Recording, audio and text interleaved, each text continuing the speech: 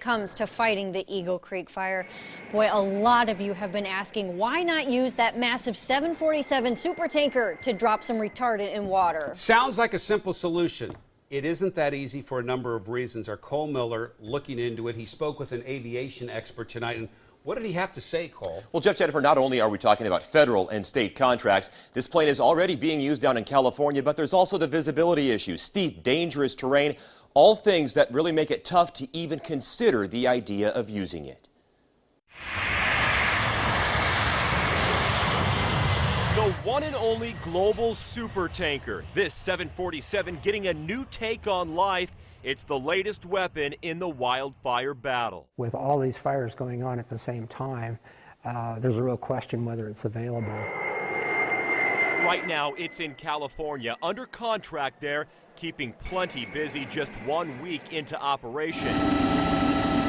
And ever since that Eagle Creek fire set the gorge ablaze, a lot of you have been asking, why isn't it up here? Just yesterday, Governor Kate Brown telling media outlets the visibility makes it nearly impossible. The air has been extremely smoky. We have limited ability to use the super tankers. Besides the contracts and conditions, aviation expert Tom Young says there's more to it. There's a lot of maneuvering that needs to be done to actually get the retardant on the fire.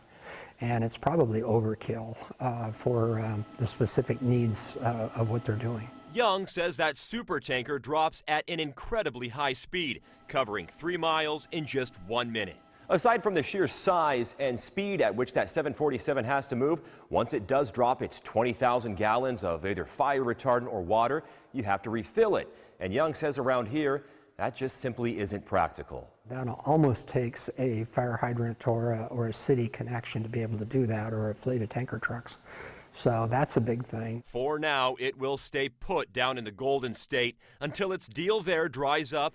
The owner of the plane with this to say. We've got to attack the fires that we're closest to and get those out. We can't just be jumping from fire to fire to fire and not ending the ones that we're working on. Well, it is important to note that there are other smaller supertankers out there. They have about half the capacity as that global supertanker there. Many, though, they are still tied up in California as well. Now, when it is released from its contract down there, it basically comes down to pecking order, the owner with the ultimate say, and where that big plane heads off to next. Jeff, Jennifer, back to you. We hope we answered some people's questions. Yeah. Good information tonight, Cole. By the way,